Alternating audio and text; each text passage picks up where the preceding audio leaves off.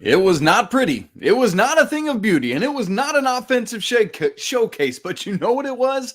A true road win to open the season for North Carolina for the first time since 1992. Oh, and it was a heart attack waiting to happen.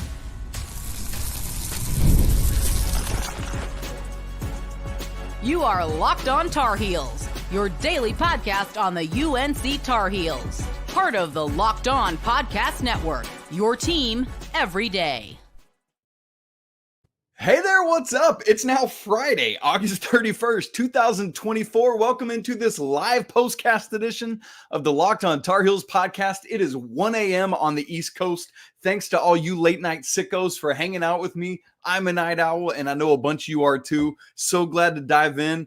Honestly, who could go to sleep anyway after that? My heart is literally still pounding. By the way, I'm your host, Isaac Shade, and you're joining me at the place to get your Tar Heels content every single day. It's part of the Locked On Podcast Network. Thanks for making us your first listen or watch, coming right after the game. Want to send a special shout out to all the everydayers joining us and all you great members of the Locked On Tar Heels Discord. We were talking that whole game through. This live postcast is brought to you by 5 Hour Energy, which fixes tired fast. Zero sugar, convenient portable size. It's the perfect pick-me-up for getting stuff done at 1 a.m. Go to 5hourenergy.com and use promo code LOCKEDONCFB to receive 20% off your order. Only valid until September 30th on one order and can't be used with other promotions. You guys, that just happened. Carolina hangs on. Carolina survives. Carolina escapes, whatever you want to use. 1917 victory at Minnesota to kick off the 2024 season. Seriously, 32 years since Carolina last had a true road game to open the season and won it. The last time they did so was at Wake Forest on September 5th, 1992. That is crazy. Also, for those who care about such things, the Tar Heels were 1.5 point favorites in this game, that they won by 2, that they could have lost by 1 had a certain kick sailed through the uprights at the end of the game. There are some people, not just Minnesota Golden Gophers fans, who are very upset right now with that kicker, and others who had the Tar Heels to cover, very, very happy about it. All right, so here's what we're going to do on our live postcast. This is what we always do. Got just a bunch of random stuff to talk through. I'm going to pull up the final box score for those of you who are watching on YouTube. For those listening back tomorrow or some other time or later today, because it's already Friday, you can just pull it up and look as we're talking. So we'll look through all that. There, even though it's late, man, you guys are crazy. There's so many of you up and hanging out. This is great. There's a bunch of comments flying in. So we'll see if we got questions and we'll get to those as well. So that said, I'm going to go ahead and pull up the box score right now so that people can see it if you're watching, and just keep tabs on all those stats as we're talking about them. So first thing out of the gate, I think that we all have to realize is that this year is just going to be different. We have been used to 5 years of Sam Howell and of Drake Maye in Mac Brown 2.0. And whether it's Max Johnson, and unfortunately we'll talk about that in a little bit, or Connor Harrell, it's just not going to be that. It's just Drake Maye's not walking through the door. Carolina in this game amassed just 252 yards of total offense, as you can see there if you're looking, 105 through the air and 147 on the ground. Another clear indication that it's going to be different. 41 rushing attempts, 23 passing attempts. It almost doubled the number of rushing attempts as passes. So just go ahead and flip your paradigm for what you're used to watching with North Carolina football. Maybe it's different because I'm expecting that we're going to see a lot of Connor Harrell for a while here, but it's not going to be the same thing. You're not going to see these massive chunks and just scoring at will in 45 seconds or whatever it is. So let's just go ahead and embrace that right now. Everybody with me on that? Great. Secondly, there are so many people to talk about different things in this game, but I want to start with the kickers. How often do we start with kickers? Noah Burnette, the homie has ice in his veins. Hits from 29, 42, 45, in 52. I loved Mac Brown giving him that opportunity from 52. Obviously, he hit what ended up being the game winner, and just, I mean, love it. And Carolina, though, each of the last two tried to kind of crap it away, right? Think about it. Right after the turnover, the forced fumble on 3rd and was it 5 that he fumbled. Connor Harrell fumbled, and thankfully Carolina was able to recover it, and still enough leg from Burnette. And then what ended up being the game-winning field goal, that was when it was 3rd and 5, excuse me. And, you're kind of running out of time, just under 2 minutes. And instead of just like plunging Hampton ahead or getting Harrell around the edge there, Harrell loses a couple yards. I mean, at worst, just dive forward to maintain position. But Burnette says, I don't care, boys. I got you. I'm good. And we're doing this. So unbelievable stuff from him. Accounted for 12 of Carolina's 19 points. Obviously, the other one was the Max Johnson touchdown, who had a couple really nice runs on that drive, oh, by the way. And then meanwhile, on the other side, I mean, Coach Brown said it after the game.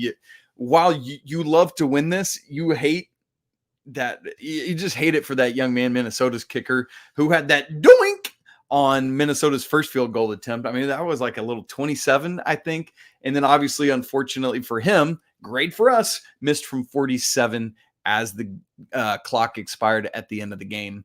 And, they had their own little snafu on the play right before that, where didn't line it up really where they wanted it, a little further right. And where did that kick sail? Off to the right. So there's just stuff like that where you're like, oof, that hurts. But look, special teams, that's what it's going to come down to a lot of times. And in college, it's so hit or miss. And for Noah Burnette, man, this was a night where it was hit, right? And you think about it, that wasn't the only special teams win. Think about that punt that Elijah Huzzy downed at like the 2-yard line. Elijah Huzzy, man, what a guy getting down there. And so really, really good stuff in the kicking game from Burnette tonight. More of that, please. All right, third, as we're talking tonight, we got I said this year's going to be different, and we got a big old fat glimpse of what is going to be. And it's the Omarion Hampton show. I think we all expected and hoped it would be the Omarion Hampton show. And thank goodness it was. And Chip Lindsey just leaned on his bell cow to the tune of 30 rushes for 129 yards on the ground for Omarion Hampton. Just go ahead right now and expect that that's what you're going to see this season. I don't, especially over the course of the next 2 weeks, and maybe against James Madison, we might not have to see quite that much. Hopefully we get some of the other running backs in, but in ACC play, it's going to be like this. The other thing, we've heard Omarion Hampton talk a lot this offseason about how, look, I've been working on my passing game a lot. I want to be helpful out of the backfield. And he was in this game. 5 receptions on 5 targets, caught every ball thrown his way. And that's also a credit to the quarterbacks getting him the ball, and just 17 yards. But it's just another thing to keep defenses honest that Omarion Hampton can do. And look, I know, it's like 30 rushes he's gonna wear down. In fact, the Norris and I talked about that on Thursday's show, right? Like, how do you keep him fresh season long? Well, I think some of that is hopefully have to rely on him as heavily over the next couple weeks. But what I love is that as things got into the second half, and we all know the offense, quite frankly, was atrocious in the first half. And then come out in the second half, and Chip Lindsey not only didn't abandon his running back in favor of we got to get the pass game going, just leaned into it more heavily and just kept going to him over and over and over. And then on that, what ended up being the game-winning drive, I think Carolina started it with about 3 something to go, all 3 timeouts. And I think a lot of offensive coordinators right there just say, all right, we got to throw the ball. We can't take to the ground. He did not do that, and Omarion Hampton paid it off. Big chunk on first down. I can't remember how much it was. And then just a couple plays later was that nice, I can't remember if it was a fake or just Harrell pulled it and cleared off to the left sideline, drew the defender, and J.J. Jones was wide open all alone there. And all of that is because you got to respect Omarion Hampton's legs and you got to respect Connor Harrell's legs. So that is a big win. So I love that they didn't, in none of those moments did Chip Lindsey give up on the run. And I'm encouraged to see that, because a lot of times we don't see that. People just say, all right, we got to take to the air because we got to get stuff done. And what that's going to do, riding your bell cow, is going to allow North Carolina to continue to hold the ball like they did and to wear out defenses. Look, I know Minnesota's like that offensive line, and I know that's not who Hampton's going against, but that offensive line is massive for Minnesota. But Carolina, like Willie Lampkin, small little dude, doing everything he needs to do to give Hampton space. And he's just a punishing running back, just doling out hit after hit after hit. And remember that play? I think it was in the first half. I can't remember specifically when, but just went helicopter spinning through the air, man. Omarion is an absolute dude. All right. The next thing I want to say, and then we'll get to our first ad read, and then I'll come back with a couple more observations and then see what questions we can answer from the chat. We can't get past this first segment without just talking about Max Johnson. We have to be able to say both of these things I'm about to say. Max Johnson did not have a good first half, unfortunately. And what I'm curious to hear, obviously I'm recording this like immediately after the game, so I haven't, listened to the press conference yet to Coach Brown and some of what he has to say. I'm curious if the struggles in the first half for Max Johnson were his inability to get through his progressions and reads, find some easier checkdowns or dump offs or whatever he needed to do, or if it was out of what Chip Lindsey was or frankly wasn't calling. I'm curious to see that, because once we got to the second half, things exploded as you rely on Omarion, and then just a bunch of quick hitters getting the ball out of Max Johnson's hand, not giving him the time to think. He had that completion to his brother, all of those things, and that looked so much better. But so again, we got to be able to say both things. The first half was not good. It was very unfortunate what happened to Max Johnson, man. And obviously we don't want to speculate because we don't know yet. But I'm just going to tell you, the mechanism of your knee is not intended to bend the way that his right knee bended.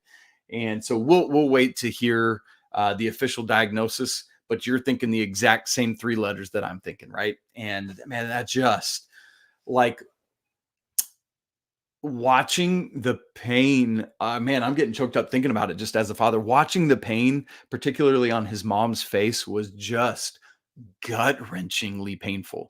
And so, man, just all the thoughts and prayers going out to the Johnson family tonight. And who knows, maybe it won't be as bad in the end as it looked, but gosh, man, how could it not? So unfortunately, got to say next man up, right? Connor Harrell is going to have to be ready. He did just enough on this night, and that's all it needed. I mean, you just need to have one more point than your opponent. Carolina had 2 more points than their opponent, and so Connor did enough. But now he knows, assuming Max isn't going to be able to go, and there's no reason if it's not a season-ending thing, over the course of the next 3 weeks, those games are not the games where you even want to try to get Max Johnson out there. Just go Connor Harrell, have Jacoby Criswell as your backup, and let's just call it good, But Connor's going to be the guy, and he knows it. Now we finally know it. There was the speculation for so long. I truly think, were it not for the injury, I don't know that Mac would have switched away from Max Johnson, right? Like, especially with how the second half had started this momentum shift in a big way and the offense started moving a little better. I think that's where it was going to be. Now, speaking of that third quarter, I want to get and talk about how Carolina dominated the third quarter, only had 6 points to show for it, but it was still a really good thing. We'll talk about that in the defense and a couple other things, and then eventually get to your questions, all coming up in just a second. Right after I tell you about our good friends at FanDuel. Oh man, you know what? I don't even have my FanDuel ad read up. We're switching it. Let's do a little eBay read. How about that? Passion, drive, and patience. The formula for winning championships is also what keeps your ride or die alive. eBay Motors has everything you need to maintain your vehicle and level it up to peak performance. From superchargers to roof racks, exhaust kits to LED headlights, and more. Whether you're into speed or power or style, eBay Motors has got you covered. With over 122 million parts for your number one ride or die, you'll always find exactly what you're looking for. And with eBay Guaranteed Fit, your part is guaranteed to fit your ride every time or your money back. Because with eBay Motors, you're burning rubber, not cash. So with all the parts you need at the prices you want, it's easy to make your car the MVP and bring home huge wins. So keep your ride or die alive at ebaymotors.com. Eligible items only. Exclusions apply. eBay Guaranteed Fit only available to U.S. customers. Okay, guys, let's get right back into this thing. I want to talk next about that third quarter. And Carolina came out with a completely different look with that first drive. Let me tell it to you. In the entirety of the first half, Max Johnson through the air was 4 for 10 to two different receivers. That was J.J. Jones. Apparently, there was no other receiver out there than J.J. Jones. I was like, what are we doing? 2 to J.J. Jones, 2 to Omarion Hampton. That was it in the first half, 6 incompletions. That first drive of the third quarter, Max Johnson was 6 of 6 to 5 different receivers. What a difference that was. That's when it started to look like, okay, this is not going to be Drake Maye level offense, but this offense can and is looking a lot better than it did at any moment, essentially, in the first half. And also in the third quarter, because it was a nice balance of just riding Omarion Hampton's coattails, burning a lot of clock, and having sustained drives, because Omarion can do that. In the third quarter, catch this. This might be my stat of the game. Minnesota possessed the ball for 81 seconds in the third quarter. That's a minute and 21 seconds. They ran a grand total of 4 offensive plays, a 3 and out, and then the first play of the next drive before the quarter ended, and gained entirely 1 yard. 81 seconds, 4 plays, 1 yard in the entire third quarter. You're going to win a lot of football games if you're doing that over the course of like a quarter of the game. Now, time of possession ended up being pretty equal when things were all said and done, but still, great job coming out of the locker room. Nice adjustments, and want to see more of that. And a lot of why that is in the third quarter is, let's talk about Jeff Collins' defense, because this was a big question mark coming in, right? Is going to be a new quarterback and a new defensive coordinator. We've got the minister of mayhem, the creator of chaos, whatever you want to say. Jeff Collins is trying to make a bunch of things disguised and really just come at you simple. And look, this defense, I know Minnesota's offense is not great. I know that Minnesota was picked, I think, 12th in the Big Ten preseason media poll. But still, you're going to their place. It's the first game of the season. Stuff gets wacky. Carolina only allowed 17 points to a high major opponent. Jakeem Harris, transfer, led the way in this thing with 10 tackles. Carolina had 5 sacks, but, let's remember, first game last year against South Carolina, Carolina was sack happy and then really tailed off the rest of the season. So there's that. But 5 sacks in this game, 3 of them to Jahvaree Ritzie. I thought he was kind of all over the field in this game. Did have, late in the game, I think it was on either the last drive or next to last drive for Minnesota, gets up. I can't remember whose face he was in, but I was like, buddy, do not cost us 15 silly yards here just because you're talking, right? Shut up and go back to the huddle. Anyway, 3 sacks for Jahvaree Ritzie, 1 each for Rucker and Amari Campbell, the birthday boy. Love that for him. That was great. Carolina had 7 tackles for loss on defense. And then going back to Amari Campbell, that massive fumble that he caused, that Travis Shaw recovered, several things with that. Carolina had gained some great momentum. They had to punt, unfortunately. But as we talked about earlier, Elijah Huzzy downed that punt at the 2. Minnesota comes out, picks up a first down on the first play. And then I think it was the very next play, Brosmer was scrambling. And here comes Amari Campbell with his club, gets it in there and punches it out. And the refs in real time called him down.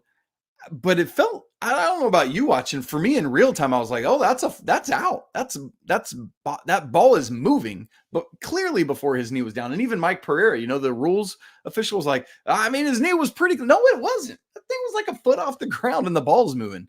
But the second you saw the replay, it was undoubtedly a fumble. So great job by Amari Campbell there at the end of that run to get his club in. And then critically, great job by Travis Shaw to see the play through. Even if everything in you tells you that he was down before the ball came out, finish every play. At any time there's a loose ball, fall on it, because you do not know what kind of wackiness is going to happen. So great job by him to fall on that ball, and ultimately Carolina gets 3 points out of that. So I thought that was a massive play. If my notes were correct, Carolina had 5 3-and-outs in this game. They had a 3-and-out in 3 of the first 4 series for Minnesota. Honestly, should have had it in the first 4 series. There was a big missed tackle on like 3rd and 19, I think it was, in the 3rd series. Forgive me, I forget. It might have been Caleb LaValle, if I remember correctly, backup linebacker. And then Carolina had 3-and-outs in each of Minnesota's first 2 series of the second half. So really, really good stuff there. Now, that said, I just talked about that missed tackle. There were several costly misplays. There was, what drive was it from Minnesota? I think it was the one where they went back ahead 17-16, where I forget, somebody had a Minnesota receiver on the sideline. Stick lane comes to be able to push him out of bounds and just like lays right on by him. Huge pickup, and then you're rolling, right? There was who was it? It was Marcus Allen that had that defensive pass interference to start the final drive of the game. I mean, just never got his head turned around on the ball, stuff like that. So you've got some mistakes. You've got some things to clean up on the defensive side, but all in all, on the road, first game of the season, you'll take the defense doing the things they did, and then you go back to the drawing board, and you've got a couple not as great teams to be able to really work at cleaning some of that up over the next couple weeks. And the final thing I want to say before we get to your comments, and I see that they're just continuing to fly in, so I'm here for that. Keep it going. I said it out of the cold open. This was not a pretty win. This was not a win that you look back on time and time again because it was such a beauty pageant contest. But do you know what it was? It was a win. Take whatever adjectives you want and add them to it. But the noun is that it was a win. But there is a ton to clean up. And that's what you love as a coach. We won, but man, I got a lot of stuff on tape to talk to you about. But here's the deal. Carolina won their first football game. You know who didn't win their first football game? Florida State. And that's the craziness of week 1. Week 1, all you got to do is survive and figure out what kind of team you're going to be and roles and definitions. We talked about it on yesterday's show. Do not overreact to week 1 or anything that happens in it, because it's just week 1 surviving, right? And figuring it out. One of the nice things that you don't have to clean up is Carolina. I just talked about that penalty to start Minnesota's final drive. Outside of that, 3 total penalties. Is that right? Outside of that, there were only 2 others, if I'm remembering correctly. I could look back at penalties. It's going to take me a second. Forgive me. Penalties. I'm looking. Penalties, 3 for 45. That was it for Carolina. I mean, you'll take that in game 1. And there was the very costly turnover, the interception. I mean, you can kind of put that on Max Johnson. It was a little bit behind Nesbitt, but I didn't think Nesbitt fought back through the ball well enough to come back and get it. So, yeah, I mean, you could kind of really put that on either guy. But that said, you got a couple more weeks now to clean stuff up before you get to Duke in game 5 to start ACC play. Okay, guys, here's what we're going to do next. I want to get to your comments, see if there's any questions we can tackle and get to. I'll leave the box score up so you can keep looking at that if you're interested. And man, a lot more to get to, and we'll do that in just 1 second.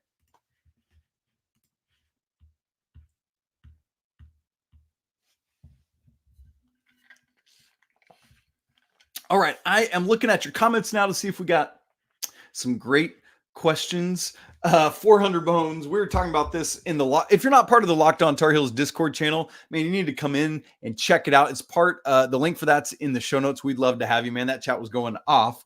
And 400 Bones, I always give a shady stat of the game.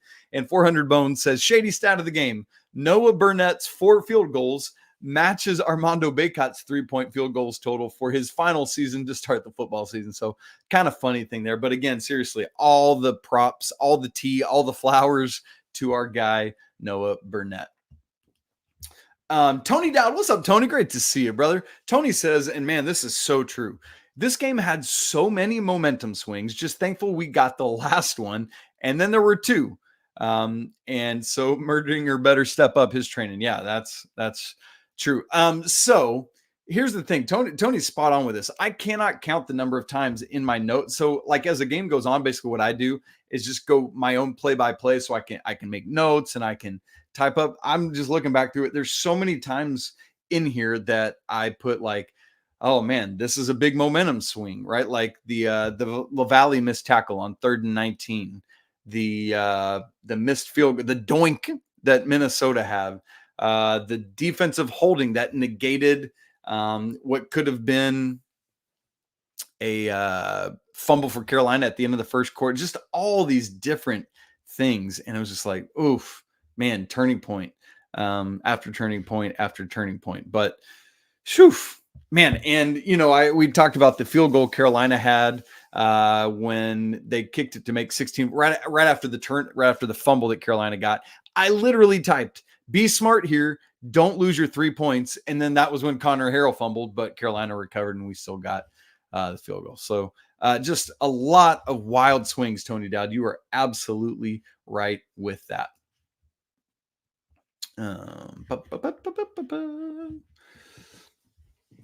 UNC Tar Heel 1984 says, "It's rare when I feel Carolina won a game it did not deserve to win, but I'll take it." And you are absolutely right about that. But, as I look back on the game in totality, I don't feel like Minnesota actually did all that much more to deserve to win this game, a ton more than Carolina did, but just kept hanging around.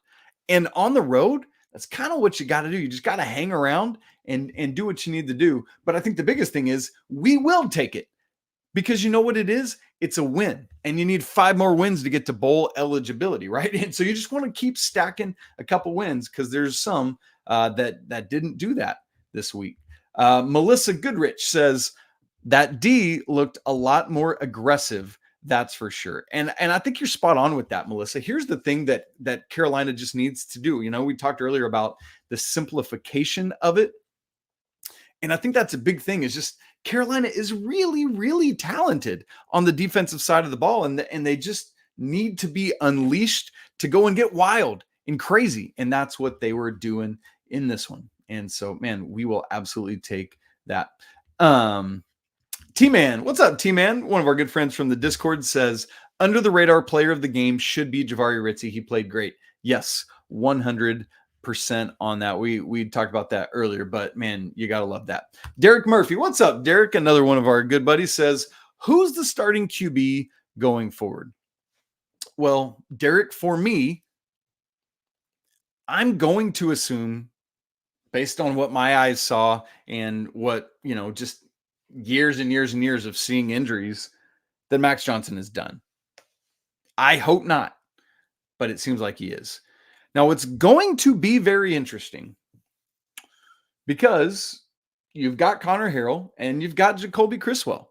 And obviously, Jacoby Criswell, like Connor Harrell, is someone that has been out of this program. Obviously, Criswell left to go to Arkansas and has come back.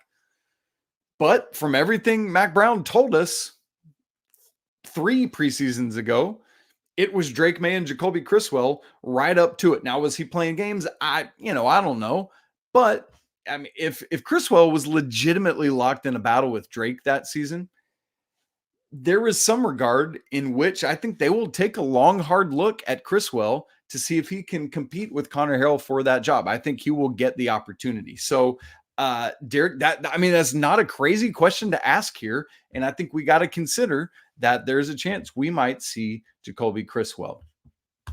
The Blue Heel, this is just so true, says, missed college football, glad it's back. And man, I'm so with you. Like I can smell the chili cooking in my crock pot, and I'm sitting here at 1:30 a.m. Eastern time, right? And so I need some wings, I need some ranch, I need some good, like just let's get after it, man. And so that'll be a great thing. And how nice is it going to be, by the way, on Saturday that we have already played and won, and now we just get to kick back and watch all Labor Day weekend long, man. That's going to be really, really good too. Oh, this is a great point from Melissa, who we just pulled up her comment a second ago. She says Tom Maginus was great too. No blocked punts and a 51-yard average. Yeah, I mean let's look back at Tom's punting. Had 3 punts, a long of 55, average of 51, 153 total yards. 2 of them over 50, and that one inside the 20. And so, gosh, those are the things that you take. Again, really solid game in special teams, right? And Minnesota, not necessarily so. We had, I know we got backed up one time, but we had good field position a couple times. Oh, here was a miscue. There was that one punt that Elijah Huzzy should have caught that he let go over his head. And I can't remember how far back it got down, but I thought he needed to catch that one. All right. Anything else? I mean, there's a lot of good conversation in here. Here's a good one. Hey, Alan Huffman, what's up? Alan says, I thought as much as we ran the ball, Barlow would get more than one carry. I hope he gets some more time so Hampton gets some breaks and we don't wear him down. I mean, this is a very important point, Alan. So yeah, looking back at the rushing totals, Barlow just had 1. Nate McCollum had 1 rush. Max Johnson had 6, Connor 3, and Omarion 30. Again, 30 of Carolina's 41. And so we're going to need to get Barlow more touches. He also had 1 reception for 5 yards, just that 1 target. And so, yeah, there's going to need to be more of that. I think you're absolutely right, Alan. I wonder if because Barlow's experienced. I was going to say, I wonder if there's something about just the guy you trust being in there on the road on day one to get it going. But, man, there is that. And so, Alan, that's a great point. We need more out of that. Thomas Yancey says, I was shocked that we saw no use of the tight ends in the passing game. If you got them, use them. And Carolina absolutely has them. Looking back at the receiving numbers, Bryson Nesbitt had 3 targets, 2 receptions for 15 yards. Obviously, one of the targets was the interception and then did have those 2 catches. Oh, how about that? By the way, how about that J.J. Jones catch, the first reception of the game, that toe tap? I mean, that was crazy. Jake Johnson had 1 target, 1 catch for 7. That was that one. And Copenhaver, 0 targets. So only 4 total targets to the tight ends. They caught 3 of them. But, man, when you've got as loaded of a tight end room as Carolina does, we're going to need to see some more of that. So, Thomas, that's actually a very, very good point. I'm glad you caught that. So, way to go. So, obviously, lots more to talk about, lots to get through. I know there's a whole bunch more comments in here, and I know there's a bunch of great conversation, and we're going to keep getting to all that coming up as there are more and more and more weeks. So Carolina thankfully has their W for the week and now just gets to enjoy it, sit back and watch hopefully other teams struggle and do what they need to do. So that'll be a lot of fun. Thank you so much for joining us. If you haven't already subscribed to the show on video and audio, make sure you go and do that so you don't miss a single second of Locked On Tar Heels. Also, if you're not part of our Locked On Tar Heels Discord family, man, we'd love to have you. Come for the Tar Heels, stay for the community. It's absolutely free to join, and the link is in the show notes. And if you'd like to become a Tar Heels, Locked On Tar Heels insider, where you get direct opportunities to text with me, like literally one-on-one texting, and you have full and free access to all of my stats and data and charts and everything that I keep, because if you're aware, I keep very, very, very extensive stats and data, specifically with Carolina basketball. You get 100% access to all of that. It's all on Google Drive. So would love to share that with you. And it's free for the first 4 months. For the first 23 people that sign up, there's just a couple more of those left. Everybody gets a free 14 days, and then it's just $5 after that. And so it's a great way to help support the show if you don't mind doing that. All right, guys, look, it is 1:30 on the East Coast. thank all of you for staying up with me. We've had over 100 people hanging out with us here on this live reaction podcast. We'll do those as many weeks after the football games as we can. And during basketball season, we get crazy with it. We're doing it all the time. So thanks for coming to hang out and party with me. Now it's time to go, all of us, and get to bed so that we actually can go into the weekend ready to go. All right. You know that it's always a great day to be a Tar Heel. We're going to talk again tomorrow on our Full Friday show. But until then, peace.